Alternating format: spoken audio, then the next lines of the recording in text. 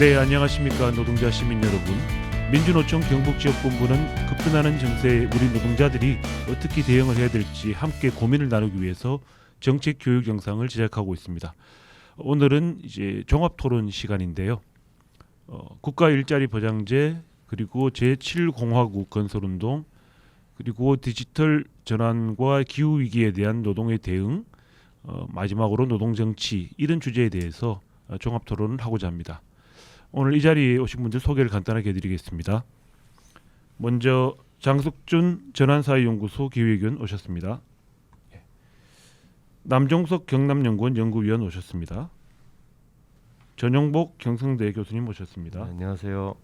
한상준 민주노총 전 위원장 오셨습니다. 반갑습니다. 네, 공통 질문을 이제 몇 가지를 드리고 거기에 대해서 간략하게 이렇게 제안하신 분들이 설명을 간략하게 해주시고, 만약 쟁점이 생기면 또 궁금한 게 있거나 의견이 있으시면 다른 분들이 손을 들고 이제 발언권을 얻어서 이야기를 하시면 되겠습니다. 그리고 시청자 여러분, 이 공통 질문들에 대한 자세한 해설 영상은 별도로 다 제작되어 있습니다. 유튜브에서 함께 봐주시면 고맙겠습니다. 먼저 첫 번째 공통 질문입니다. 제7공화국 건설 운동 이제 제안이 있었습니다. 이게 지금 필요한지, 그리고 그 내용과 방식은 어떠해야 하는지, 이런 부분들에 대해서 장석준 기획위원께서 이 제7공화국 운동을 제안하셨으니까 좀 간략하게 설명해 주시면 고맙겠습니다. 네, 제7공화국 운동을 하자는 거는 크게 두 가지 서로 다른 차원에서 의미가 있는데요. 첫 번째는 소극적인 맥락인데 2000년대 이후에 현재의 헌법 체제에서 할 수 있는 정치적 선택을 다 했습니다. 지금 현재 국민의힘 계열 정당에게 권력을 다 몰아줬던 적도 있고요.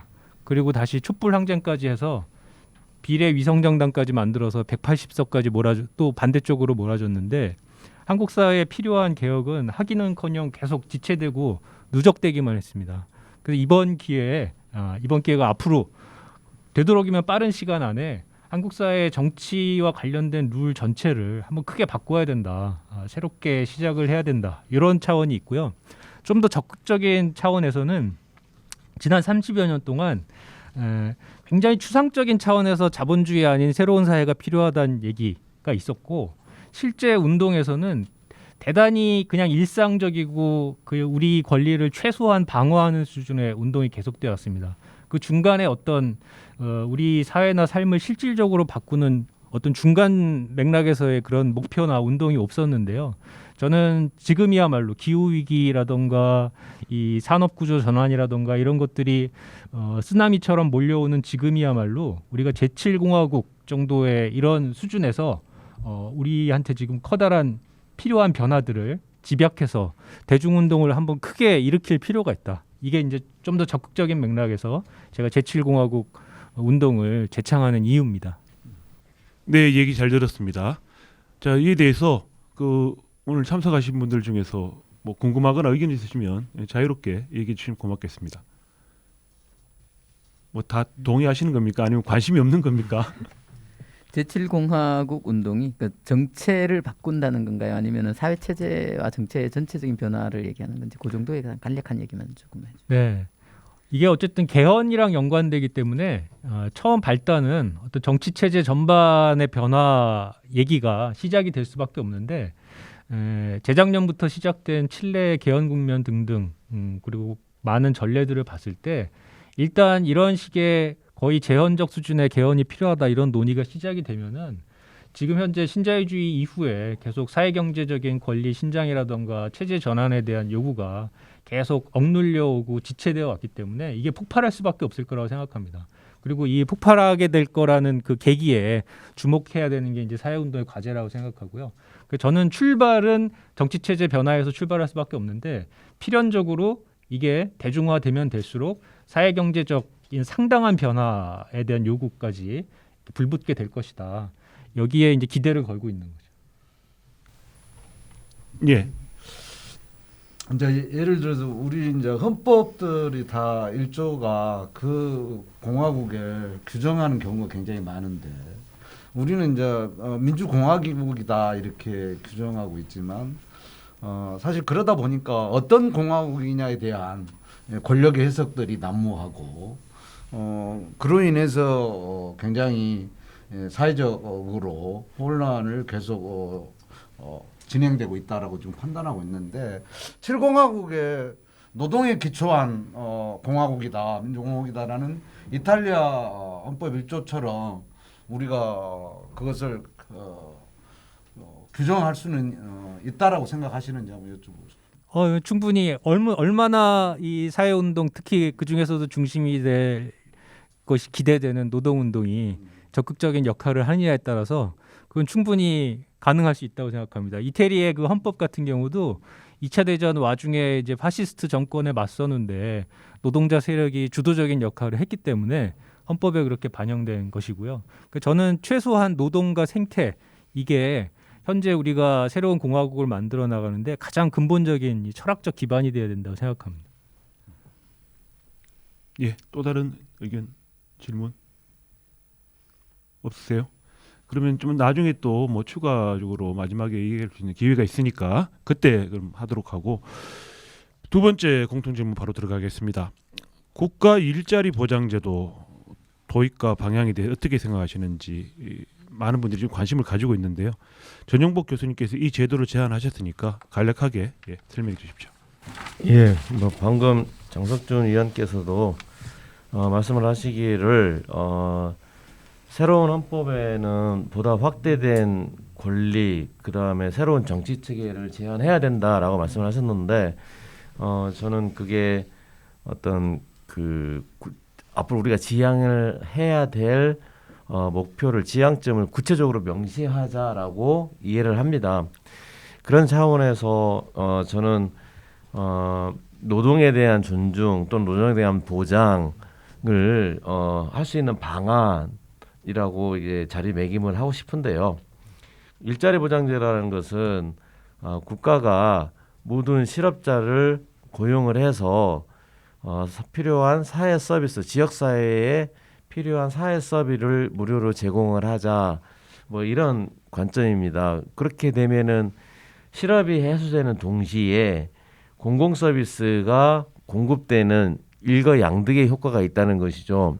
이렇게 하는데 조직은 어떻게 하냐면 중앙 정부가 재원을 제공을 하고 조직은 각 단위에서 가장 낮은 단계에서 자발적으로 조직에서 운영을 한다. 이런 원칙을 세울 필요가 있고, 이거로부터 우리가 기대할 수 있는 효과는 첫 번째는 실업으로부터 발생하는 모든 어떤 사회 경제적인 폐해를 극복할 수 있다는 점을 먼저 지적할 수 있고요. 두 번째로는 포괄적인 사회 서비스가 제공이 되면서 이게 간접 소득도 되고, 그 다음에 좀 더 풍요로운 그런 물질적인 삶을 영위할 수 있는 바탕이 된다라는 점도 있고요. 또 하나는 좀 이따 말씀하시겠지만 지금 경제적 자본주의 체제 자체가 이행기에 있는데 그 이행기 동안에 버퍼 역할을 수행을 할 수 있다. 또는 적극적으로 그 이행을 주도할 수도 있다라는 점도 있고요. 또는 공동체성을 회복을 해서 민주주의의 기반을 탄탄히 하는 그런 계기도 될 수 있다. 그다음에 마지막으로 당연한 이야기지만 노동에 대한 새로운 표준, 그러니까 기존에 불합리했던 노동 관행이라든지 임금 관행, 고용 형태 이런 것들을 한 단계 업그레이드해서 설정할 수 있는 계기가 될 수 있다. 이렇게 한 5가지 정도의 긍정적인 효과를 기대하고 있습니다. 이에 대해서 들어오는 가장 강력한 비판이 돈이 없다, 재정이 부족하다라는 이야기인데 그 부분은 동의하기 어렵습니다. 이 정도로 마치겠습니다. 예, 이에 대해서는 아주 상세한 이야기는 별도의 영상이 있기 때문에 그걸 참고하시면 되겠습니다. 예. 여전히 개인적인 질문이기도 하고 저도 네. 사실 일자리 보장제를 해야 된다고 생각을 하는데요. 제 개인적으로 갖고 있는 의문은 아까 이제 이 노동의 질을 굉장히 업그레이드하고 특히 공공 부분에서 일자리가 보장이 되어지면 사적 부분에서 나타나고 있는 약탈적인 노동이나 이런 것들의 상당 부분 해소한다는 측면들이 있을 건데, 다른 한편으로는 현재 우리 노동시장에서 한계 사업들이 상당 부분 약화될 거라는 생각이 듭니다. 이 부분들이 신규로 상당하게 많은 붕괴를 만들어낼 것인데 이것이 앞으로 어떻게 우리가 대응할 수 있는지 그 부분도 간단하게만. 분명히 그런 효과가 있을 겁니다. 기존의 영세 업체들은 어쩌면 어려움에 봉착할 수도 있는데 그런 부분들을 좀 고려를 해서 그거는 이제 일자리 보장제가 제공하는 임금 수준과 관련이 있을 텐데 그런 부분을 고려를 해서 차츰차츰 적응하는 과정일 수도 있고 또 하나는 일자리 보장제의 가장 중요한 특징이 뭐냐면은 안정화 장치거든요. 그래서 한 개 기업이 설사 파산을 하더라도 거기에 있었던 고용을 흡수하면 되니까 그럼 별로 문제가 되지 않을 거다 저는 그렇게 생각을 합니다. 이제 그 노동을 인식에 대한 재고가 있고 그다음에 결코 양보할 수 없는 가치가 있죠. 인간에 대한 존엄의 문제를 여기다 이제 포괄하신다는 것이 저는 되게 와닿았고요. 근데 이제 이 상황들을 산업적으로 저는 해석하는 것은 되게 논쟁이 촉발할 수 있고 이 민주주의의 이 체계에 대한 영속성 차원에서 공존의 차원에서 이제 검토해야 된다고 보고 있는 건데 아마 다음 대선을 기점으로 이런 각 부분에서 보수 진영들까지도 저는 제 느낌에는 노사 공동 결정 제도들이 제한할 가능성이 있어 보이거든요. 그런 문제 속에서는 그러면 일자리 보장 제도하고 실업과 직업 교육 이 문제를 지금 현재 여러 가지 다양한 방식으로 국가 예산이 집행되고 있지만 되게 실효적으로 지금 못 되는 부분이 있거든요. 근데 유럽의 이제 많은 나라들은 그 문제를 산별노조에서 대체적으로 전담을 하면서 그것이 조직화와 정치 영역까지 연결되고 있는 건데 이런 상황에까지 가는 과정 속에 공동 결정 제도화가 어떤 구실을 할 수 있을 거냐 이건 제가 되게 궁금해서 한번 여쭤보겠습니다. 산별 노조 또 이제 더 크게는 국가 수준에서 임단협을 체결하거나 어떤 협상의 주체로 이렇게 조직을 하는 것은 대단히 중요한 문제인 건데 그것은 이미 고용되어 있는 기업 부분에 고용되어 있는 노동자들의 문제고요. 제가 제기하는 부분은 기존의 기업 말고 그 외부에 존재하는 한계 뭐랄까요 그 뭐 실업자들 아니면은 취업에 어려움이 있으신 분들 이런 분들을 그 기업 외부에서 조직하자 뭐 노동을 통해서 그런 이야기입니다. 그 노동을 통해서 그래서 자아실 증명 진정한 의미의 자아실현도 가능할 수 있고요. 소득 실현 소득 보장도 가능할 수 있고 또 뭐 기타 뭐랄까 아까 말씀드렸지만은 저는 그런 게 되게 중요하다고 생각하는데 공동체성 회복 이런 것들이 가능하지 않을까 제가 그렇게 생각을 합니다. 물론 차후에 만들어진다면은 일자리 보장제가 시행이 된다면 기존에 있었던 조직 노동 또는 기존의 기업에 고용돼 있던 부분과 어떻게 연대하고 협의하고 발전적으로 이끌어갈 것인지 그건 또 차후에 과제가 될 것 같습니다. 예, 뭐 또 다른 의견 없으신가요? 그러면 그 아까 장석준 위원께서 이렇게 아주 짤막하게 설명을 해주시긴 했는데 저도 궁금한 게 하나 있어서 이게 폭넓은 논의가 이제 굉장히 중요한 거잖아요. 그 진보 진영 내에서 먼저 시작하자라고 제안하셨는데 그 진보 진영에서 그 논의를 하기 위한 로드맵 같은 거는 있나요? 구상해 두신 게 그냥 아직까지 그게까지는 없으신가요? 제7공화국으로 다시 주제가 얼마 안 나요? 어차피 연결된 이야기라서. 예. 일단은 그게 뭐 정의당이 될지 어떻게 될지 모르겠는데 혹은 민주노총일 수도 있고 영향력이 큰 좀 단위 내에서 이 부분에 대한 그 조직 내 동의 등등을 높이면서 문제 제기를 할 필요가 있다고 생각합니다. 먼저 의안을 제시를 할 필요가 있고 그렇게 되면은 그 다음부터는 제가 아까 이제 원탁회의 뭐 이런 표현도 썼는데 좀 여기에 동의하는 모든 시민사회 세력들이랑 같이 커다란 뭐 테이블 같은 거를 만들 필요가 있을 것 같고요. 요구할 때 새롭게 이제 대표자를 뽑아서 재연회 방식으로 하자. 이거 분명히 이제 요구해야 되지만 그 전 단계부터도 정말 여러 세력들이 참여해서 스스로 뭔가 내용을 만들어 가는구나. 이런 것들을 시민들한테 보여줄 수 있을 어떤 전 단계, 예시적인 그런 실천 이런 것들을 하는 게 대단히 중요하다고 봅니다. 그런 것들이 이제 제가 생각하고 있는 단계입니다. 예. 예전에 그 2017년도에 이제 개헌 하자고 해서 다양한 세력들이 계속 그 논의를 하긴 했는데 사실 그렇게 이렇게 공론화가 잘 되지는 않았거든요. 늘상 가지고 있던 생각들 좀 모아가지고 명망가들하고 그다음에 일부 정당들 중심으로 해서 그 협상하듯이 그렇게 좀 정리가 돼가지고 저는 굉장히 아쉬워서. 그 저는 중요한 변수가 예. 뭐 특정한 진보 정당이라든지 아니면 민주노총이라든지 요 정도의 단위가 나서야 일이 될 수 있을 것이다. 그게 이제 굉장히 중요하다고 생각합니다. 네, 알겠습니다. 근데 이제 참고로 이제 그 민주노총이 이제 이런 사회적 경제적 문제에 주도력과 영향력을 갖는 게 대단히 중요한데요. 이제 아시겠지만 내년 4월부로 ILO 협약이 이제 실효적으로 관련 법안들을 정비를 해야 되는 상황이 오거든요. 발효가 되면 기준. 그런 상황이 됐을 때 이제 되게 우리 나라 자본가 이제 권력들이 되게 영특한 거죠. 지금까지는. 노동자들이 정치적, 경제적, 사회적 목적을 가지고 파업하는 것을 쟁의 행위에 대해서 업무 방해를 다 불법으로 규정해 나온 그동안의 노동법 역사가 있기 때문에 이제 이 상황들이 풀리면 사실 노동자들이 정치적으로 접근할 영역이 넓어지고 훨씬 더 이제 직접 정치의 개입력이 좀 높아지기 때문에 방금 그 국가 일자리 보장 제도의 문제에 있어서 훨씬 더 적극적으로 좀 개입할 수 있지 않겠냐 이렇게 저는 보입니다. 예. 네. 그 논의를 이제 광범위하게 어떻게 끌어낼 것인가, 거기에 좀 고민을 좀 더 우리가 많이 하고 적극적으로 노력을 해야 될 것 같고요.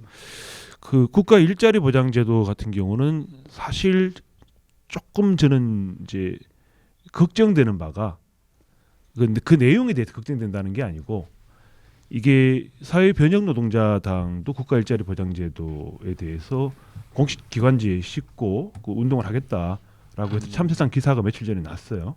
예, 그리고 이제 오른쪽에서는 아마 이재명 후보 측이나 뭐 다른 쪽에서도 이걸 들고 나올 가능성이 있는데 그렇다고 돼요. 예, 그 왼쪽에서 좀 근본적인 이야기를 제기하는 것이야 뭐 계속 이제 받아서 이제 더 중장기 계획을 세워서 이렇게 이루어 나가면 되겠지만 오른쪽에서 이렇게 이걸 이제 써먹으면 그쪽으로 싹 다 이제 빨려 들어갈 수가 있단 말이죠. 그래서 좀 선도적으로 이걸 추진해가는 어떠한 운동체가 있어야 되는 것 아닌가. 그래야 이 성과, 이 논의의 성과와 이제 실제로 이루어냈을 때 이게 왜곡되지 않도록 할 수 있지 않겠나 싶어서 국가 일자리 보장제 뭐 추진 국민운동본부라든지 뭐 민중운동본부라든지 이런 거라도 좀 만들어야 되는 것 아닌가라는 생각이 있는데 전임 교수님 어떻게 그걸 만든다고 하시면 적극적으로 하시겠습니까? 뭐 지당하신 말씀이고 뭐 저야 뭐 당연히 뭐 제 소명이라고 생각하니까 네. 뭐 참여할 거고요. 다만 이제 주체가 명확해야 되는데 일단 대중조직이 나설 필요가 있다. 그래서 민주노총이 그 사회 통합 운동 차원에서도 제안할 수 있겠다라는 생각이 들고 또 정치적으로도 누군가는 받아야 되겠죠. 그 정치권에서도 진보 진영, 진보 정치 정당들이 받았으면 좋겠다. 그래서 협업하는 그런 대중운동과 정치 조직이 그 조인트에도 같이 갔으면 좋겠다. 물론 저는 이제 뭐 열심히 하겠습니다. 예. 안 그래도 며칠 전에 정의당의 이제 여영국 대표가 예, 오늘도 뭐 예. 기자회견인가 성명인가 내서 대표 명의로 예. 일자리 보장제도 하겠다라고 예. 예. 예, 그렇게 그랬더라고요. 네. 나오더라고요. 예. 예, 그래서 메이데이 때도 한 번 더 강조가 될 것 같기도 하고 정의당은 그런데 이제 다른 그룹들도 좀 많이 이제 적극적으로 움직여야 되고 우리 사회가 한국 사회가 이렇게 흘러가고 있다라는 저는 촉이 감이 있는데 실제로 그럴 것 같고 이것을 아젠다를 선점을 해서 설사 집권을 못한다 하더라도 우리가 저 보수주의자들을 견인했다라는 가오라도 좀 잡자. 뭐 그런 얘기를 하고 있습니다. 좋네요. 예. 제가 좀 몇 마디 보태면은 예, 예. 그 민주노총의 이제 조직 노동자들에게도 저는 일자리 보장제가 그냥 건너 의제가 아니라 자신의 의제로 충분히 설득력을 가질 수 있다고 생각하거든요. 그러니까 일자리 보장제가 실시가 되면은 지금 최저임금제보다 훨씬 실효적인 최저임금제 역할을 할 수 있고 노동 시간이나 이 노동 조건과 관련해서도 굉장히 그 최저 기반이 설정이 되는, 그래서 그게 이제 산별 협약과 협상 등을 할 때 노동이 지금보다 훨씬 더 주도권과 협상력을 발휘할 수 있는 사회적 기반이 형성되는 거기 때문에 지금 현재 조직 노동자들에게도 그 자기와 직결된 현안으로 충분히 이제 설득력을 갖는다. 그래서 민주노총이 훨씬 좀 적극적으로 나섰으면 좋겠다. 이런 생각합니다. 거기에다 무엇보다 한마디 더 못하겠습니다. 뭐 가슴 아픈 일인데요. 쌍용차 같은 일은 있으면 안 되죠. 근데 그분들 일자리 보장제 있었으면 그분들은 안 돌아가셨습니다. 저는 막 그것만 생각하면은 정말 열불이 나고 정말 슬픈데 더 잘 싸울 수 있겠죠. 뒷배가 있으니까. 그래서 저는 그 조직노동 아니면 지금 이미 취업자들한테도 든든한 뒷배다. 가장 강력한 뒷배가 될 거다라고 생각을 하고 있습니다. 지금 아까 그 사회자께서 이 이제 아젠다를 보수 진영에서 적극적으로 활용할 가능성이 있다. 그리고 그런 정황들이 지금 탐지되고 있다. 뭐 이렇게 이야기했고, 뭐 저도 약간 들은 바가 있기 때문에 이제 근데 그 중에서도 이제 이걸 대표 민주당 쪽에서는 민주당이나 윤석열 이쪽에서는 청년 정책으로 약간 가공을 해서 쓸 가능성이 좀 많은 걸로 약간 들리기도 하거든요. 그래서 청년 정책과 사회 안전망 이걸 이제 다 묶어서 패키지로 여기다 이제 하겠다 이런 이야기도 이제 들리기로 해서 저는 지적 재산권을 강력하게 잘 주장하시고 우리가 그 업무를 잘 했으면 좋겠다. 하여튼 제 촉을 믿으십시오.